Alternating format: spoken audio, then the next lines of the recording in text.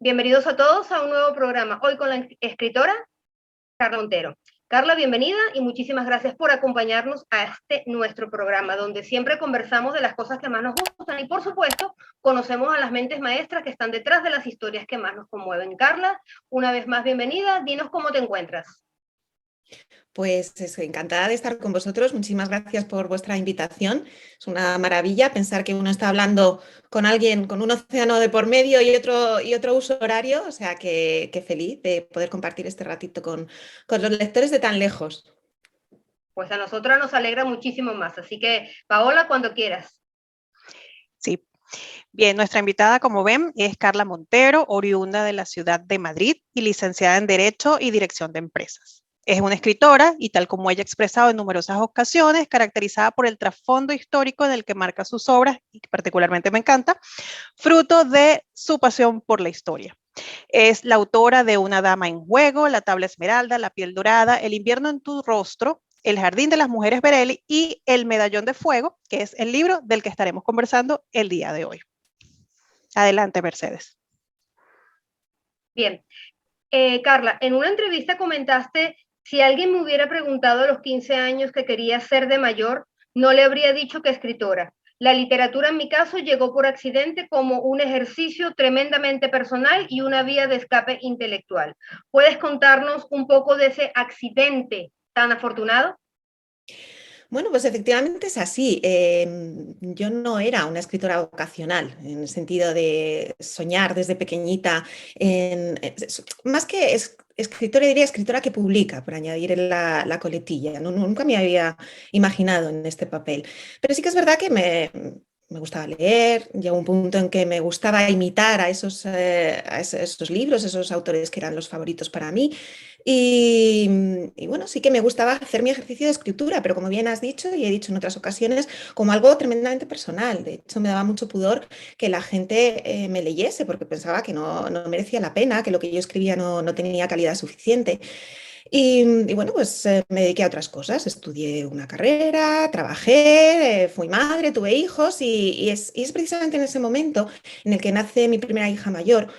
Y bueno, yo dejo de trabajar, dejo el mundo de la empresa y sí que utilizo la escritura como, antes ha comentado Paula, como esa vía de escape, ¿no? Intelectual. Estás en casa, con bebés, entre pañales, con todo lo que supone el cuidado de una familia y el escribir pues me permitía bueno, pues el desarrollarme intelectualmente, el investigar, como son novelas históricas, pues la investigación histórica, todo eso me enriquecía mucho.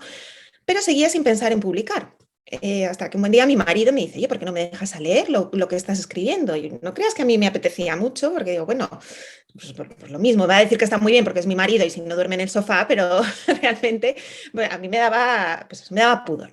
Al final, a base de mucho insistir, se lo dejo y bueno, en ese momento además él acababa de leer La sombra del viento de Carlos Ruiz Zafón y yo pensaba, madre mía, la comparación va a ser tremenda, pero bueno, aún así se lo paso a leer, era el manuscrito de Una dama en juego, y me dice: oye, esto está muy bien, ¿por qué no haces algo por moverlo? ¿Por qué no intentas publicarlo? Yo seguía sin estar muy convencida. Por aquel entonces era socia del Círculo de Lectores, que no sé si conocéis un poco el formato, y ellos organizaban era la primera o la segunda convocatoria, no recuerdo muy bien, de un premio, que era un formato muy, muy nuevo aquí en España, porque era un premio concedido por un jurado de lectores. Precisamente, pues el tipo de empresa que era Círculo le permitía hacerlo. Al tener una base de socios de casi 1 millón de personas, pues ellos podían decirle a la gente: bueno, si queréis participar como jurados de este premio, os podéis inscribir, leéis las novelas y votáis la que más os guste. Entonces yo, el pensar que era una novela que iba a ser juzgada por lectores, fue realmente lo que me animó a presentarla. Y bueno, si alguien tiene que decidir si mi novela merece la pena que sea publicada o no, que sean los lectores, que sean las personas a las que va a ir dirigida en definitiva.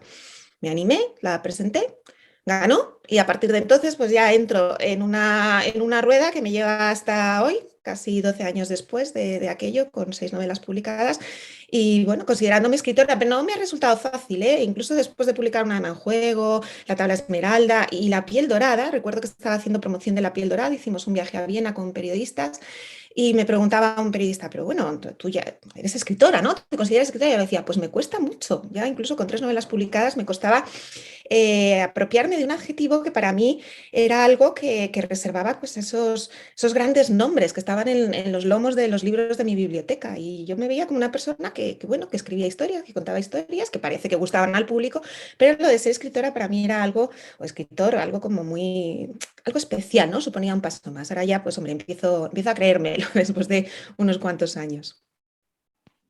Pues mira todo lo que has conseguido después de ese accidente. Sí. Y apuesto que por la idea, el esposo más nunca durmió en el sofá. No, por lo menos por ese motivo. Bien. Carla, una pregunta. ¿Planificas las historias al detalle antes de escribirlas, entendiendo la temática histórica y el trasfondo que tiene, ¿no? Obviamente, las escribes, las piensas en detalle, haces tu escaleta o dejas surgir las ideas sobre la marcha. ¿Cómo es ese proceso creativo para ti? Sí, bueno, supongo que habréis oído hablar, ¿no?, del término de escritor de mapa, escritor de Y de brújula, brújula. ¿no? Y de brújula. En mi caso, yo soy definitivamente una escritora de mapa.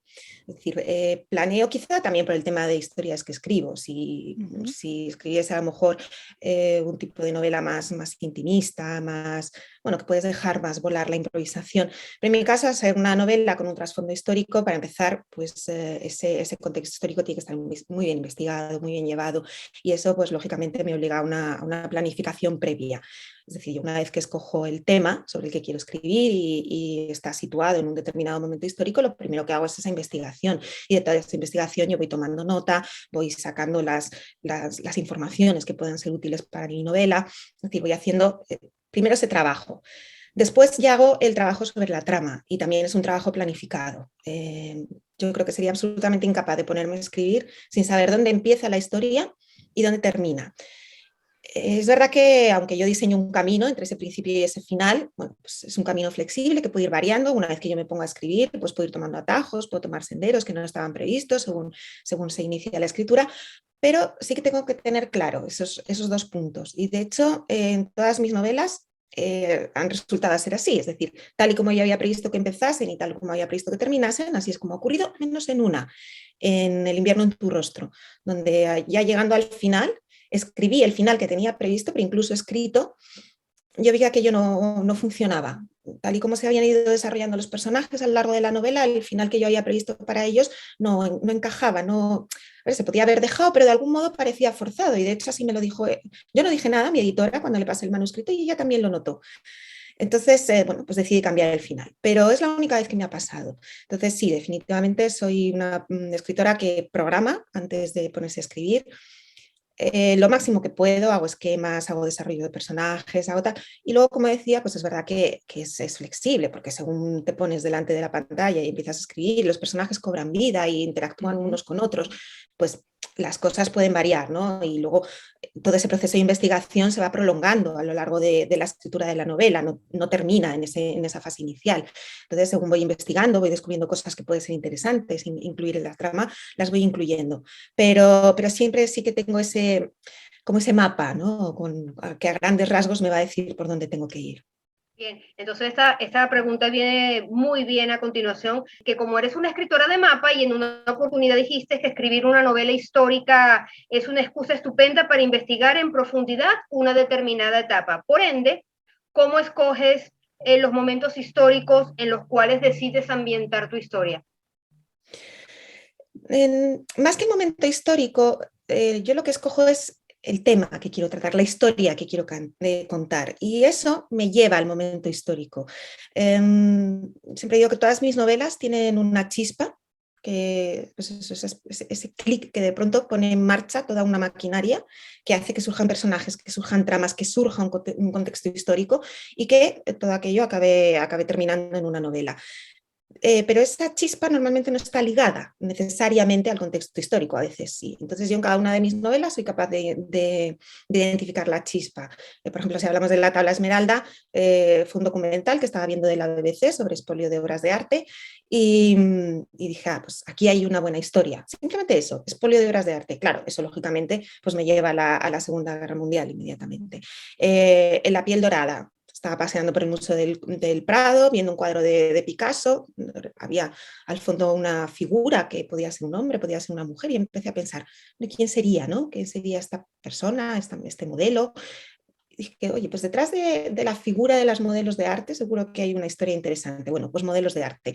Luego, ¿dónde va a estar el momento histórico? Pues yo empiezo a escoger, bueno, pues un momento realmente frenético para el arte, el principio del siglo XX, cuando había movimientos nuevos, cuando además confluye con esa un poco nueva percepción de la mujer, ¿no? Los primeros movimientos feministas, tal. Pero primero es la idea la que me lleva al momento histórico. En El invierno en tu rostro era una historia familiar la que quería contar y aquí pues también el momento histórico venía dado, de la Guerra Civil Española, Segunda Guerra Mundial, porque era donde se desarrolla la historia de mi familia. Pero como digo, principalmente es la historia que quiero contar y esa va a ser la que determine el momento histórico. Es decir, yo no digo, quiero escribir pues, sobre las guerras napoleónicas. Ahora voy a pensar en la historia. No, es al revés. Primero viene la historia y luego ella me va a decir en qué momento la tengo que situar. Muy bien. Muy interesante hacerlo de esa manera. Claro. Sí. Y justamente, ¿qué es lo más difícil, Carla, en ese punto, en coger la historia, situarla en una época y la documentación? ¿Eso es lo más complicado? ¿O hacer más bien que los personajes en esa línea del pasado se comporten como se comportaban en esa época? Bueno, todo tiene sus pros y sus contras, ¿no? Hombre, a mí la parte de la investigación histórica me gusta muchísimo. Yo soy, bueno, pues soy muy aficionada a la historia, incluso pues, siendo madre también decidí apuntarme, empezar a estudiar la carrera de historia. Luego me di cuenta de que no era el mejor momento siendo madre con bebés muy pequeños en casa y cuando llegaron los primeros exámenes y vi que aquello me desbordaba, lo dejé. Pero bueno, he encontrado en este tipo de novelas pues, la forma de satisfacer esa curiosidad mía por la historia y es una etapa que disfruto muchísimo. Me absorbe completamente la investigación. Es que yo me puedo poner y puedo estar horas, incluso empezar a derivar a temas que igual no van a ser interesantes para la novela, pero es que voy tirando de hilos que me interesan a mí personalmente. Luego ya hago esa criba de información. Con lo cual, sí que tiene su parte compleja en el sentido de que hay veces que buscas un dato en concreto, una cosa muy específica y te cuesta mucho encontrarla y te desesperas y es tremendo. Pero bueno, me gusta. Al final es como una labor casi de arqueología, de minería, el ir ahí escarbando y me divierto muchísimo. Quizá lo que más desvelos me cuesta es precisamente lo que es el desarrollo de la estructura de la novela, ¿no? La trama, los personajes, cómo haces que todo encaje. Hay novelas más sencillas donde bueno, pues son tramas muy lineales, donde bueno, todo parece que sale más de corrido. Hay otras, por ejemplo, El medallón de fuego, que es como un puzzle y si lo habéis leído lo sabréis. Tienes en un principio un montón de informaciones muy dispersas, un montón de personajes que parece que no tienen nada que ver uno con otro y los tienes que llevar hasta que confluyan y que confluyan de una forma lógica y el lector no diga, uy, esto está encajado A la a fuerza. presión y a fuerza y aquí hay algo que no funciona. No, tiene que todo encajar bien, encajar de forma suave, de forma fluida. Y eso a veces da muchos quebraderos de cabeza y darle muchas vueltas y cómo lo hago y cómo lo desarrollo y dónde está la clave para que esto coincida con esto otro. Entonces, sí es lo que a veces más me hace sufrir, más en sí mismo que lo que es todo el proceso de investigación histórica. Muy bien. Ahora ya Sí. pasando a tu último libro, El medallón de fuego, pasó un cierto tiempo para que volvieras a reencontrarnos nosotros con estos personajes. ¿Por qué ese espacio de tiempo tan largo? Porque no era algo que estaba inicialmente previsto, el hacer iba a decir continuación, lo habéis leído y no sabéis no sé si habéis leído La tabla esmeralda, sé que habéis leído El Sí. medallón de fuego, bueno, Sí, pues sí. no es exactamente como lo habréis visto, no es exactamente una continuación de La tabla esmeralda, porque la parte histórica de La tabla esmeralda quedaba totalmente cerrada y ya no tiene más desarrollo. Lo único que yo hago es retomar unos personajes de la parte moderna del libro y embarcarlos en una nueva aventura. Se podría decir que es como un spin-off, ¿no?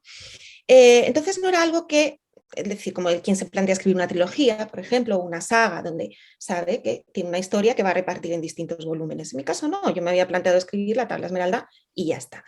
¿Qué ocurre? Pues que cuando termino de escribirla, pues yo efectivamente me quedo con la sensación de que, oye, Ana podría tener todavía otra historia que contar, ¿no? Incluso en un momento de La tabla esmeralda yo hago ciertas alusiones de, pues todavía podemos seguir buscando cosas, investigando, etc.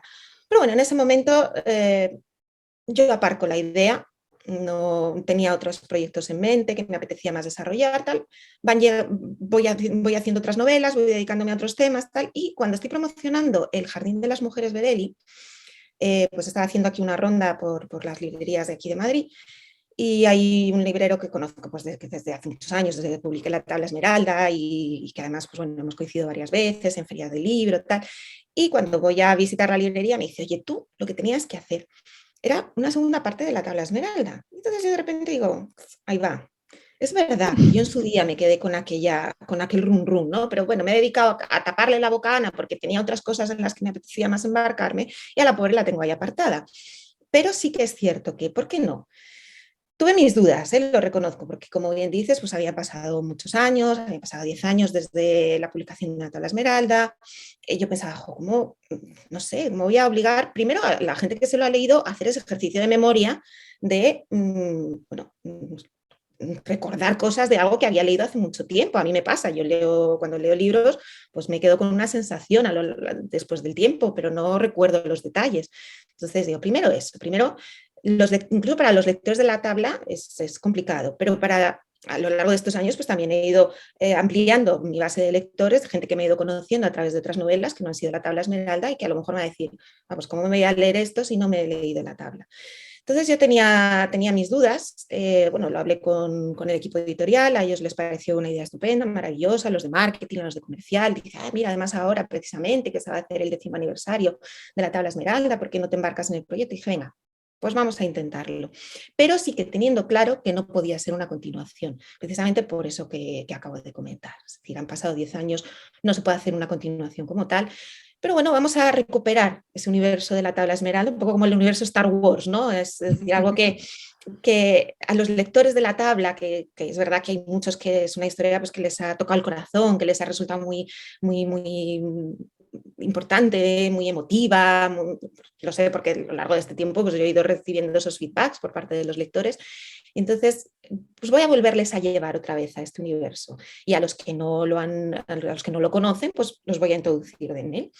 Y bueno, pues así surge la idea del medallón de fuego. Es decir, vamos a coger otra vez a Ana, a Elena, a esos personajes cuya historia todavía no estaba cerrada, y nos vamos a embarcar en una nueva aventura que sí que nos traiga esos recuerdos de La Tabla Esmeralda, por cómo está estructurada la novela, por el tipo de aventura en la que se embarcan. Es decir, de nuevo es buscar una reliquia, de nuevo es conectar con el pasado, con la Segunda Guerra Mundial, con un escenario tan potente como era el París ocupado de los nazis, pues en este caso va a ser ese Berlín en los últimos momentos de la Segunda Guerra Mundial. Es decir, hay una serie de elementos que son comunes a La Tabla Esmeralda, siendo historias que en definitiva son independientes.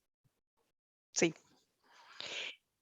Y justamente uno de los elementos comunes que guardan las dos novelas es esas dos líneas de tiempo, ¿no? Ese presente con Ana investigando y buscando ciertas reliquias, y ese pasado, ¿no? Y dos periodos cercanos pero no iguales. En esa línea del pasado hay un buen balance, y yo como lectora histórica, y me encanta el periodo de la Segunda Guerra Mundial, hay un excelente balance de lo que es trama, acción y las descripciones que proporciona. De hecho, una de las cosas que más me gusta es ese pedacito histórico que siempre encabezaba cada capítulo, que te sitúa, y de hecho fue parte de lo que yo puse en mi reseña. O sea, ya tú no tenías que explicar esos hechos históricos dentro del capítulo, porque con ese pedacito histórico ya nos ponías en ambiente, ¿no? ¿Cómo lograbas ese justo equilibrio, ¿no? Entre la trama, la acción y la descripción que pasaba en esa línea? Sí, al final es uno de esos, no voy a decir quebraderos de cabeza de ir encajando piezas, no es exactamente un quebradero de cabeza, pero sí que es verdad que, por lo que comentaba antes, a mí la investigación histórica me encanta, me entusiasma, entonces empiezo a recopilar un montón de datos, y a veces el ejercicio complicado es decir, ¿cuáles son los datos importantes para la trama? ¿Qué información tengo yo que incluir? Que a mí en un principio me puede parecer interesantísima, pero que si la incluyo, pues igual ralentiza el ritmo de la novela, o al lector no le interesa, porque realmente pues yo no estoy escribiendo un ensayo histórico, y estoy escribiendo una novela, y hay que darle prioridad a la trama y a la acción y al ritmo. Entonces, el contexto histórico no es más que eso, es un escenario. Y otra cosa es que, bueno, a mí me gusta que esté muy bien documentado, que esté muy bien detallado, pero tampoco puedes abrumar con un montón de información. Entonces, ese es un ejercicio también complejo, es decir, qué selecciono, qué sea importante y cómo lo incluyo dentro del ritmo, pues eso, del desarrollo, para que no se ralentice y para que el lector quiera seguir avanzando. Pero a la vez perciba ese ambiente de, oye, pues parece que es que estoy paseando por ese Berlín en ruinas, parece casi que percibo los olores de los cadáveres en descomposición, de la pólvora, de la miseria. Eso, ese es el tipo de detalles que hay que buscar. Por eso cuando llego a la investigación histórica de mis novelas, digo que lo he mencionado antes de pasada, es una labor de minería, porque vas buscando el detallito, es decir, el diamantito. Después de quitar las grandes piedras, que serían las grandes batallas, los grandes acontecimientos, los grandes nombres, yo lo que voy buscando son esos detallitos de la vida cotidiana que a mí me permiten llevar al lector a pasear por ese momento histórico. Entonces, eso sí es complejo. Y el hecho de introducir esos párrafos que me comentas, ¿no? Al principio de cada capítulo, para mí ya fue una fórmula que desarrollé con la tabla esmeralda, precisamente por eso. Porque según estaba investigando, yo veía, aquí hay un montón de información, pero si yo la meto durante el desarrollo de la trama, de la historia, parece como que igual lo va a frenar. Entonces dije, oye, ¿por qué no hacemos un breve párrafo de introducción donde ya el lector se sitúa? En el caso de la tabla de esmeralda era a lo mejor más a nivel general, es decir, sí, estoy en París, pero ¿qué está pasando en el resto del mundo mientras se desarrolla la guerra? Bueno, pues va así, ya sabes. En el caso de Berlín era para contar a lo mejor detalles curiosos, pero que no podía introducir en el desarrollo de la historia porque la frenarían. Y además hay mucha información en el Medallón de Fuego, vosotros lo sabéis, muchos personajes, muchas historias paralelas. O sea, además, introduzco esto como parte de la historia, pues, esto va a frenar el ritmo. Entonces, por eso no quería dejar de contar al lector esas cosas que a mí me parecían curiosas y que yo creo que además pueden ayudar a que precisamente te hagas esa especie de viaje al pasado, pero separado de lo que es la historia. Y es un ejercicio que la verdad que ha funcionado muy bien, a la gente le ha gustado mucho el hecho de que venga, primero me encuentro un parrafito muy breve donde me sitúa, vale, ya sé que estoy aquí, ya sé qué es lo que está ocurriendo, y ahora vamos a seguir a los personajes con su historia. Bueno, para mí fue una fórmula excelente, así que me encantó esa parte. Totalmente. Además que Paola y yo nos gusta mucho el género histórico, sobre todo el ambientado en la Segunda Guerra Mundial. Es el que más leemos, aunque Paola, la historia tiene, bueno, de todo, pero el de la Segunda Guerra Mundial es uno de los que más compartimos. Por eso, esta pregunta, justamente el periodo histórico que describes en El Medallón de Fuego es uno de los más tristes que vivió la humanidad. Así que, ¿tuviste alguna escena que te costó desarrollar más que otra?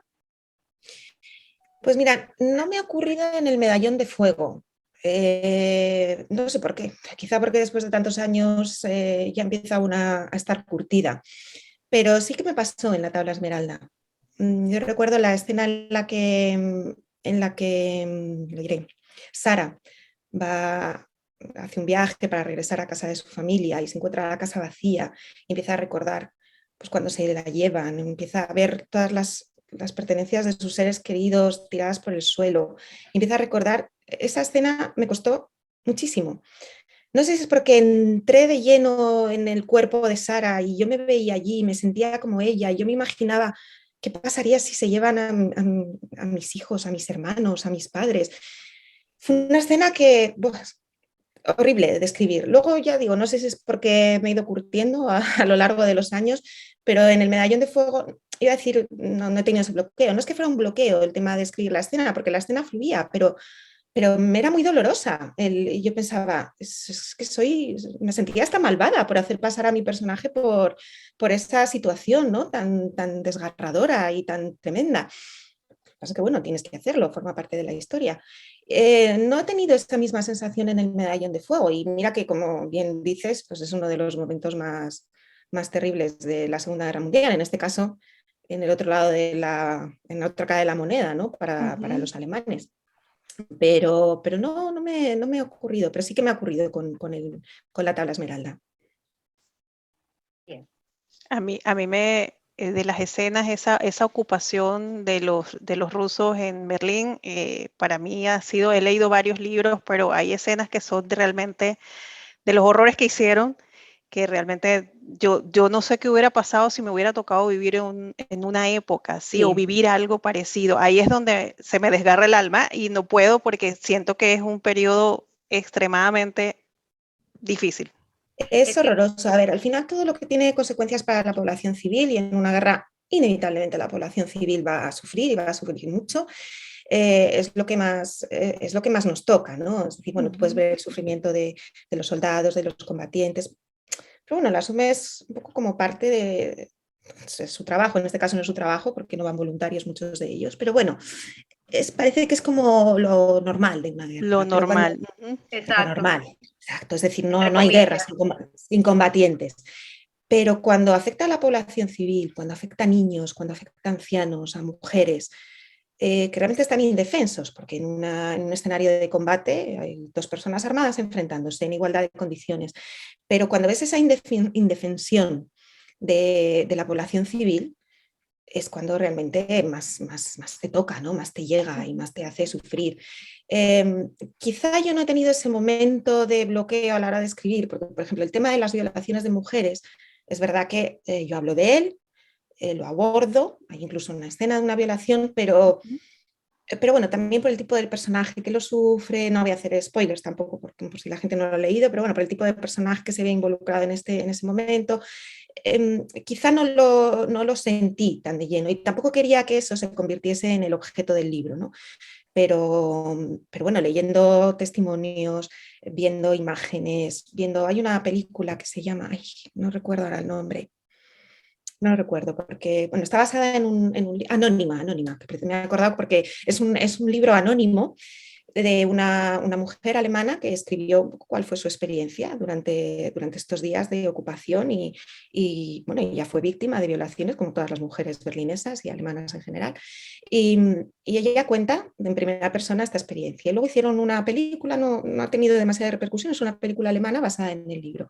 Entonces, viendo la película, leyendo el libro, viendo esto, realmente es que se te pone la carne de gallina, porque es probablemente pues, también uno de los episodios más lamentables de la Segunda Guerra Mundial, esa barbarie que es de la que son objeto las mujeres, porque es que eran violadas sistemáticamente. Y además daba igual su condición, si eran jóvenes, si eran niñas, si eran ancianas, si eran religiosas, si eran enfermeras, si eran judías. Es que algunas decían que soy judía y a estos les da bastante igual. O sea, no era una cuestión ya ni de ideología, ni de defender unos principios, ni siquiera de venganza, porque lo que muchas veces los rusos argumentaban es, oye, con todas las barbaridades que han hecho los nazis en mi tierra, yo tengo derecho a vengarme, ¿no? Pues que ya no, ya había traspasado los límites de la venganza porque te estás vengando de los que también han sido víctimas del nazismo. Entonces eso ya es una locura. Es realmente un episodio espantoso pero bueno, yo creo que también nuestra labor, si es que tenemos alguna más allá de entretener, porque yo tampoco pretendo ir dando lecciones de nada, pero nuestra labor como escritores pues es sacar esos temas, esos episodios que, bueno, a lo mejor no son tan conocidos y sobre todo hacerlo desde un punto de vista humano, porque no es lo mismo cuando tú lo lees en un libro de historia y cuando lees cifras, ¿no? Dices, bueno, pues la mayor parte de la población femenina sufrió violaciones.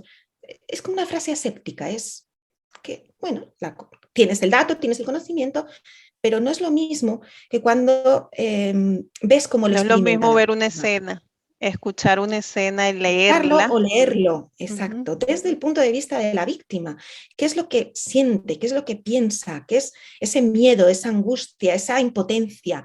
Es entonces cuando verdaderamente lo haces tuyo. Y yo creo que esa es realmente la labor de los escritores de ficción histórica, como es mi caso.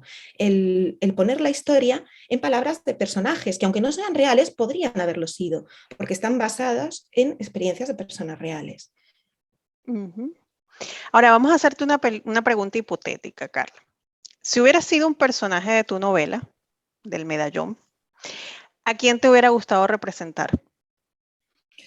Uf, pues probablemente alguien menos sufra de todos.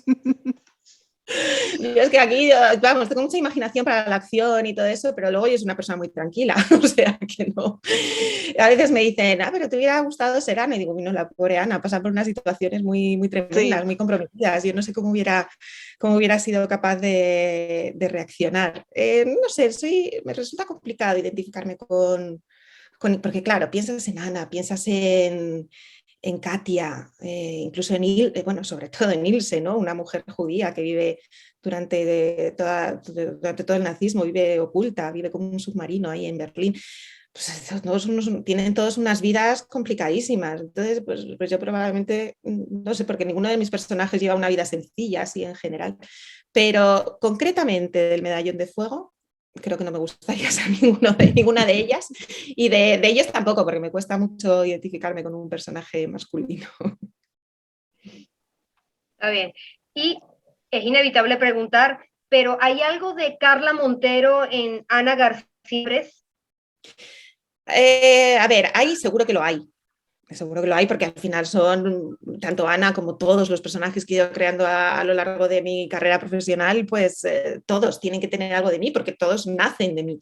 ¿Qué pasa? Que yo casi deliberadamente procuro que mis personajes, sobre todo las mujeres protagonistas, no se me parezcan. Es decir, procuro darle una serie de características que las alejan de cómo soy yo.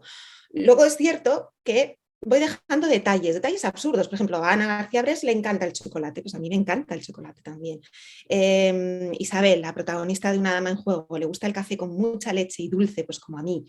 Pero son tonterías, es ahí donde voy yo dejando un poco mi sello, pero en lo fundamental, que es esa construcción básica del personaje, ese carácter, esa forma que tiene de reaccionar ante lo externo, procuro que sean muy distintos a como soy yo, porque al final son personajes ficticios. Eso es lo que yo, digamos, me propongo. Luego es probable que de forma inconsciente haya mucho más de mí que yo ni siquiera soy capaz de identificar, pero no solamente en los personajes femeninos, también en los masculinos. Pero eso tendría que venir alguien y decirme, oye, esta reacción en este momento es que eres tú, porque yo no soy capaz de verlo como tal. Bien. Y si pudieras volver el tiempo atrás, ¿cambiarías algo de esta novela? No, yo creo que no. Yo No. tampoco la cambiaría, pero, pero yo Eso no la está bien. escribí. Igual algún lector un poco más crítico diría, pues deberías cambiar esto. No, yo estoy especialmente satisfecha con el resultado. Como os decía antes, era una novela con la que tenía mis reparos. Por varios motivos, porque había pasado mucho tiempo desde la tabla esmeralda, porque para mí era un ejercicio también distinto el partir de personajes que ya estaban creados, que ya venían con su historia, con su mochila a cuestas. No es lo mismo que cuando creas un personaje de cero, donde puedes hacer lo que quieras. Aquí Ana ya tenía un recorrido que además el lector conoce, y entonces eso lo tienes que respetar. Y además es importante que vea una evolución. La Ana de la tabla esmeralda no podía ser la misma del medallón de fuego porque nosotros vamos cambiando según la vida nos va dando palos de un lado por otro o nos va dando buenas noticias. Entonces, para mí era un reto, por un lado eso. Por otro lado, era escribir, como yo le dije una vez a mi editor, es que me obligáis a escribir a la sombra de la tabla esmeralda. Me explico, La tabla esmeralda es una novela que ha tenido mucho éxito, ha tenido muchísimos lectores, ha funcionado muy bien, la gente la sigue leyendo, le sigue gustando. Es una novela que a mí me ha puesto el listón muy alto. Me ha puesto el listón muy alto en general para todo lo que escribo, pero si encima quieres recuperar ese universo, quieres usar los mismos personajes todavía más. Es decir, yo sabía que el lector de la tabla esmeralda iba a tener las expectativas muy altas con esta novela. Entonces ha sido muy difícil para mí el escribir con esa sensación de no puedo defraudar, tengo que estar a la altura, tengo que crear personajes tan potentes como los de la tabla, tengo que crear escenarios tan interesantes, tan fascinantes como los de la tabla, tengo que construir una trama tan entretenida, tan ágil como la de la tabla. Y bueno, eso ha sido, como decía, un reto, me ha supuesto muchas luchas conmigo misma, muchos berrinches, pero creo que al final el resultado está bien. Bueno, sobre todo la prueba de fuego la tengo cuando la leéis y me decís, oye, pues me ha gustado más que la tabla, o me ha gustado igual, o no me ha decepcionado por lo menos. Y estoy muy satisfecha con el resultado y no creo que cambiase nada. En general no creo que cambiase nada de ninguna de mis novelas. No suelo volver a leerlas una vez que están escritas, solo lo he hecho ahora por razones obvias con la tabla Esmeralda. Pero vamos, más allá de, ay, esta frase igual ahora la decía de otra manera, más allá de ese tipo de detalles, todo lo que son personajes, historias, tal, no las cambiaría. Bien, bueno, yo tengo que decir que a mí me gustó más el Medallón de Fuego, Pues porque no empaticé con la Ana de la tabla, porque me pareció muy sumisa en muchas actitudes que yo no comparto, ¿no? Pero solo por ese detalle, en la segunda, precisamente esa evolución se nota, ya aquí viene, sí, ahora sí viene Ana más guerrera, y se nota que ha madurado, ¿no? En sus relaciones. Entonces, por ese hecho me gustó, aparte que la ambientación histórica me gustó más también la del medallón. Pues mira, me alegro porque siempre es bueno, ¿no? Que te digan que oye, 10 años después eres capaz de progresar y no ir hacia atrás o ni siquiera mantenerte. Entonces, cuando me dicen, me ha gustado más que la tabla Esmeralda, es como bien, objetivo conseguido. Y sí, el caso de Ana, es verdad que en la tabla Esmeralda pues ella empieza siendo pues eso, una persona, es una niñata. O sea, francamente, la tabla Esmeralda es una niñata, es una niña mimada, que no ha tenido ningún problema, que todo le ha ido muy bien en la vida, que encima pues está con Conrad, que la eclipsa y ella se deja eclipsar y se deja dominar. Exacto. Y tiene esa actitud sumisa porque en realidad a lo largo de su vida nadie le ha dado las herramientas para enfrentarse a esa situación y decir, oye, tú, hasta aquí hemos llegado, ¿no? Y son las experiencias que va viendo a lo largo del libro. Es decir, la Ana del principio de la tabla Esmeralda tampoco tiene que ver con la Ana del final de la tabla Esmeralda, porque a lo largo de esa historia ella ha ido aprendiendo y ella ha ido sacando pecho. Y eso se consolida en el Medallón de Fuego y es donde se ve esa evolución y ella misma lo reconoce. Hay veces que dice, ya no soy una llorona, ya no lloro por todo, ya este tipo de cosas las afronto de otra manera.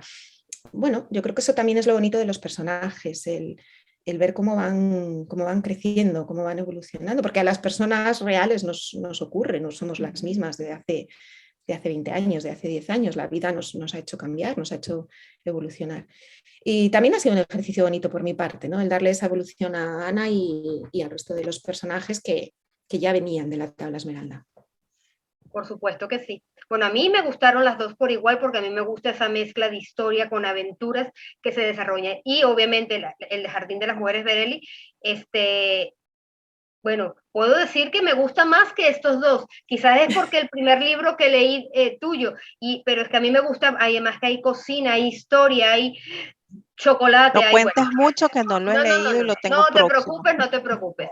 Bien, Ana, perdón, Carla, después de tanto tiempo escribiendo, desde 1993, 20 años en este camino, ¿qué consejo le podrías dar a esos jóvenes escritores noveles que ya escribieron un libro, pero quieren seguir avanzando, pero le tienen ese miedo quizás a enfrentar todo lo que la escritura y la publicación tienen, como bien sabes, para el mundo literario?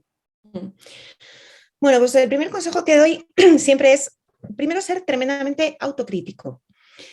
Y eso es un ejercicio que no es fácil de hacer, porque siempre nos parece que lo que escribimos está maravilloso. Y no, tienes que, pero vamos, yo sigo siendo muy autocrítica 6 novelas después y muchos años después de escribir. Leer lo que escribes, volverlo a leer, a releer, el pensar cómo lo puedes mejorar, el buscarle los fallos aunque tú creas que no los tenga. Luego darlo a leer a mucha gente para que te dé, pero que te den su opinión sincera, porque normalmente la gente tiende a decirte, está muy bien, porque claro, es muy duro decirle a tu hijo, a tu mujer, a tu amigo, oye, esto igual tendrías que darle una vuelta. No, cuando le das a leer, pedir una opinión sincera. Cuesta mucho escuchar las críticas, a mí me cuesta, me costaba más al principio, ahora ya las voy asumiendo, porque la escritura es algo tremendamente personal, es que es algo que nace de ti. Entonces es que es como si te estuvieran haciendo una crítica personal. Entonces es importante distinguir, no te están criticando a ti, están criticando tu trabajo y además, si es constructivo, es lo que necesitas que te hagan. Entonces, autocrítica y crítica, fundamental. Bueno, por supuesto, leer muchísimo. Yo a veces me pregunto, con los índices de lectura aquí en España, ¿no? Que no son muy elevados, podrían ser mejores. La cantidad de gente que escribe, digo, es que no me parece, aquí hay algo que no casa, porque para escribir bien, primero es necesario escribir mucho, pero ante todo es necesario leer mucho. Me acuerdo, Susan Sontag decía, la única forma de aprender a escribir es escribiendo. Entonces escribe, equivócate, falla, construye mal un personaje, hace una trama que es un desastre, no pasa nada, es la única forma. Pero para eso tienes que haber leído antes, porque también yo añadiría lo de Susan Sontag, la única forma de escribir bien es copiar a quienes has leído. Copia a quienes lees, copia a tus autores favoritos. Que no te importe en un principio copiar. Me encanta Agatha Christie, pues escribe una novela exactamente igual que Agatha Christie. Útil. Luego ya encontrarás tu propio estilo, tu propia voz, pero empieza copiando, es el ejercicio fundamental.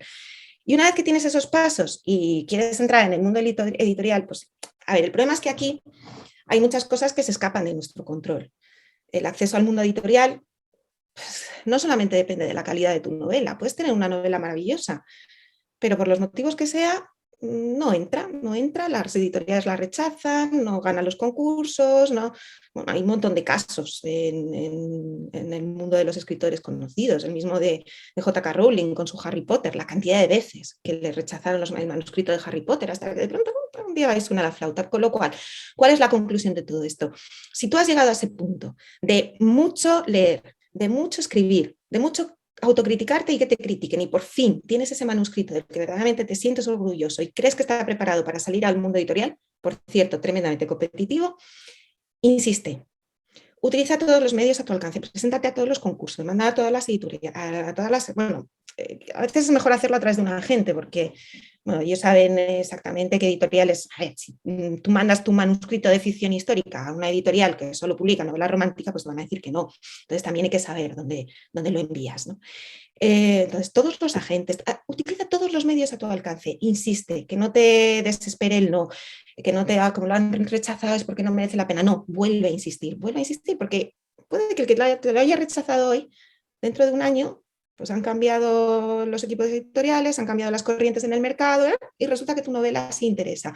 Hay muchos factores que influyen en la publicación de una novela, como decía antes, no es solo su calidad, es pues, que de la temática de la que va, resulta que se vende mejor, se vende peor, está más de moda, está menos de moda, hay muchas cosas. Entonces, es importante no desanimarse. Si verdaderamente quieres publicar, insiste hasta la extenuación y si tiene que ser, el momento llegará tarde o temprano.